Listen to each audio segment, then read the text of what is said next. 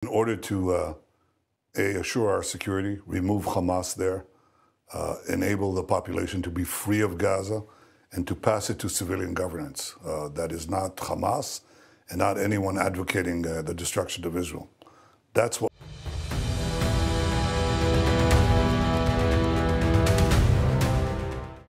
Hari ini, Perdana Menteri Israel, Benyamin Netanyahu, mengadakan pertemuan penting bersama Kabinet Keamanan Negara tersebut untuk membahas langkah-langkah strategi selanjutnya terkait situasi yang sedang berlangsung di Gaza. Namun, sebelum kita memulai pembahasannya lebih jauh, beliau sempat meluangkan waktunya untuk duduk bersama salah satu jurnalis, yaitu Bill Hemmer dalam sebuah wawancara eksklusif yang baru saja selesai dilakukan secara langsung di Yerusalem. Dalam perbincangan tersebut, mereka membahas sejumlah isu utama yang selama ini menjadi sorotan internasional selama hampir 2 tahun terakhir, termasuk alasan dibalik penangkapan-penangkapan yang terjadi dan juga pembahasan mengenai tuduhan genosida yang muncul. Tetapi, fokus utama yang menjadi perhatian pemerintah dan militer Israel saat ini adalah tentang apa langkah selanjutnya yang akan mereka ambil dalam konflik yang semakin memanas ini. Saat ini, Israel mengklaim telah menguasai sekitar 75% wilayah Gaza, yang merupakan sebuah kemajuan signifikan dalam operasi militer mereka. Namun, masih ada sekitar 25% wilayah yang belum berhasil dikuasai, sehingga situasi masih sangat kritis dan kompleks. Dalam wawancara tersebut, Benyamin Netanyahu memberikan gambaran yang cukup jelas tentang arah kebijakan yang akan diambilnya, sekaligus menegaskan bahwa keputusan-keputusan besar sedang dipertimbangkan dengan sangat matang. Netanyahu menegaskan bahwa tujuan utama Israel bukan semata-mata untuk mendominasi wilayah Gaza secara keseluruhan, melainkan memastikan keamanan nasional mereka dengan cara menghilangkan keberadaan kelompok Hamas yang dianggap sebagai sumber konflik dan kekacauan di sana. Selain itu, ia menekankan pentingnya memberikan kebebasan dan masa depan yang lebih baik bagi penduduk sipil Gaza, yang selama ini berada di bawah tekanan dan kekerasan yang dilakukan oleh Hamas. Ia menyatakan bahwa pemerintah Israel ingin membebaskan rakyat Gaza dari kekejaman kelompok bersenjata tersebut, sehingga mereka dapat hidup tanpa rasa takut dan tanpa berada di bawah kendali kelompok yang memegang sandera tidak hanya warga Israel, tetapi juga jutaan penduduk Palestina di Gaza. Lebih jauh, Netanyahu mengungkapkan bahwa selama kunjungannya ke wilayah Gaza, ia bertemu dengan sejumlah warga Palestina yang secara terbuka menentang Hamas dan berharap mendapatkan masa depan yang lebih cerah dan damai. Mereka ingin melepaskan diri dari bayang-bayang kekerasan dan ketakutan yang selama ini menyelimuti kehidupan mereka. Ini menunjukkan adanya dinamika yang lebih rumit di lapangan, di mana konflik tidak hanya bersifat militer tetapi juga berkaitan dengan masa depan politik dan sosial masyarakat Gaza. Dengan semua perkembangan ini, pertemuan Kabinet Keamanan yang akan berlangsung segera setelah wawancara ini menjadi sangat penting, karena keputusan yang diambil nantinya akan menentukan langkah besar berikutnya dalam konflik yang sudah berlangsung cukup lama ini. Benyamin Netanyahu dan para pemimpin lainnya kini menghadapi dilema besar. Bagaimana menyeimbangkan antara kebutuhan akan keamanan dan upaya kemanusiaan, serta bagaimana memastikan bahwa tindakan militer tidak memperburuk penderitaan warga sipil yang tidak bersalah. Saat ditanya apakah Israel berencana untuk menguasai seluruh jalur utama di Gaza, yang terdiri dari 26 jalan, sama seperti yang terjadi 2 dekade lalu hingga tahun 2005, Benyamin Netanyahu dengan tegas menjawab bahwa tujuan mereka bukanlah untuk mempertahankan kontrol penuh atas wilayah tersebut dalam jangka panjang. Ia menjelaskan bahwa Israel tidak berniat untuk terus-menerus menduduki wilayah Gaza secara permanen.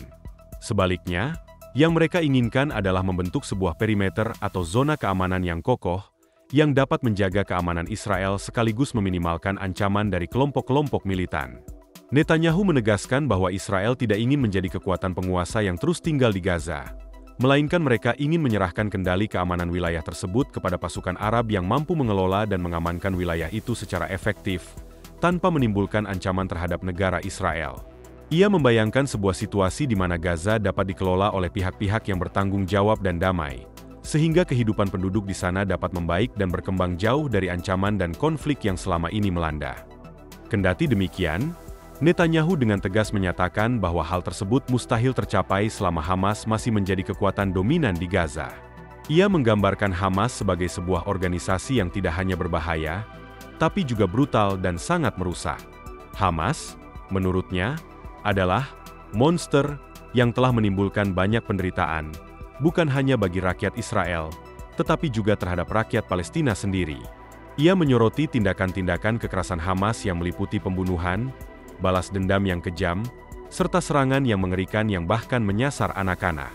Lebih jauh, Netanyahu menekankan bahwa Hamas juga dikenal melakukan kekerasan terhadap rakyat Palestina yang berada di wilayahnya sendiri.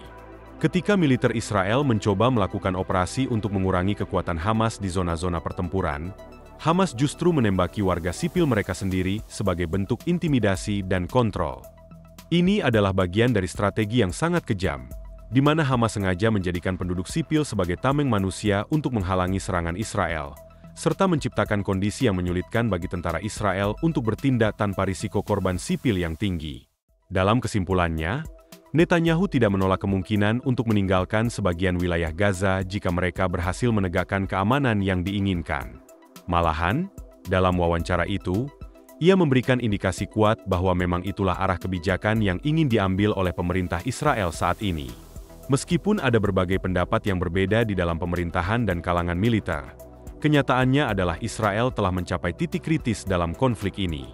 Jika Israel benar-benar melanjutkan operasi militer dengan memasuki wilayah-wilayah utama di Gaza, kemungkinan besar proses tersebut akan memakan waktu berbulan-bulan, mungkin 4 hingga 5 bulan atau lebih. Kepala Staf Militer Israel yang berbasis di Yerusalem bahkan telah menyampaikan bahwa pasukan militer saat ini sudah mencapai kapasitas maksimalnya. Dan di dalam negeri banyak warga yang mulai merasakan kelelahan dan kejenuhan akibat konflik yang berkepanjangan. Bagaimana pertempuran ini akan berlangsung dan seperti apa akhirnya masih harus dilihat. Namun satu hal yang jelas dari pernyataan Netanyahu adalah keinginan untuk melakukan operasi yang efektif tanpa harus mempertahankan kendali penuh atas Gaza secara permanen. Israel pernah berada di wilayah tersebut sebelumnya, dan kini mereka tidak ingin mengulang pola yang sama. Mereka ingin bergerak maju dengan cara yang berbeda, yang dapat membawa keamanan bagi Israel, sekaligus memberikan harapan bagi masa depan rakyat Gaza yang selama ini terjebak dalam konflik tanpa akhir. Penting untuk dicatat bahwa konflik yang berkepanjangan ini tidak hanya menguras sumber daya militer dan ekonomi Israel, tetapi juga menimbulkan tekanan besar terhadap kestabilan sosial dan politik dalam negeri.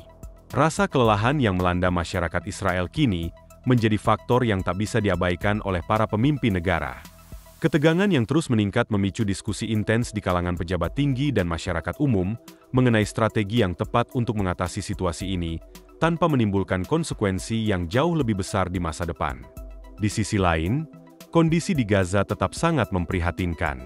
Masyarakat sipil yang telah lama hidup di bawah blokade dan dalam bayang-bayang kekerasan sehari-hari, kini menghadapi penderitaan yang semakin parah akibat operasi militer yang terus berlanjut. Infrastruktur vital seperti listrik, air bersih, dan fasilitas kesehatan semakin terbatas, memperburuk krisis kemanusiaan yang sudah ada. Dalam konteks ini, upaya untuk menciptakan solusi yang tidak hanya mengutamakan keamanan Israel, tetapi juga memberikan peluang pemulihan bagi warga Gaza menjadi sangat krusial. Netanyahu sendiri mengindikasikan bahwa strategi Israel ke depan kemungkinan akan lebih fokus pada operasi yang terukur dan berorientasi pada tujuan-tujuan spesifik, seperti menghentikan serangan roket dan merusak jaringan militan, tanpa terjebak dalam kontrol administratif penuh atas wilayah Gaza. Pendekatan ini diharapkan dapat mengurangi risiko keterlibatan jangka panjang yang mahal dan kompleks, sekaligus membuka ruang bagi inisiatif diplomasi yang lebih konstruktif di masa depan. Meski begitu, tantangan besar masih menanti. Para pengamat internasional menyoroti pentingnya peran aktor regional dan global dalam menciptakan mekanisme yang dapat menyeimbangkan antara kepentingan keamanan Israel dan kebutuhan kemanusiaan, serta hak-hak rakyat Palestina. Tanpa adanya komitmen bersama dari semua pihak, termasuk tekanan diplomatik dan dukungan ekonomi, sulit untuk membayangkan terciptanya perdamaian yang berkelanjutan di wilayah tersebut. Dengan segala kompleksitas ini, pertempuran yang sedang berlangsung mungkin bukan hanya soal kekuatan militer semata, melainkan juga soal strategi politik, diplomasi, dan upaya membangun kembali kepercayaan yang telah lama terkikis di antara kedua belah pihak. Waktu akan menunjukkan apakah langkah-langkah baru yang diambil oleh Israel dapat membawa perubahan nyata atau justru memperpanjang lingkaran konflik yang selama ini menghantui Timur Tengah.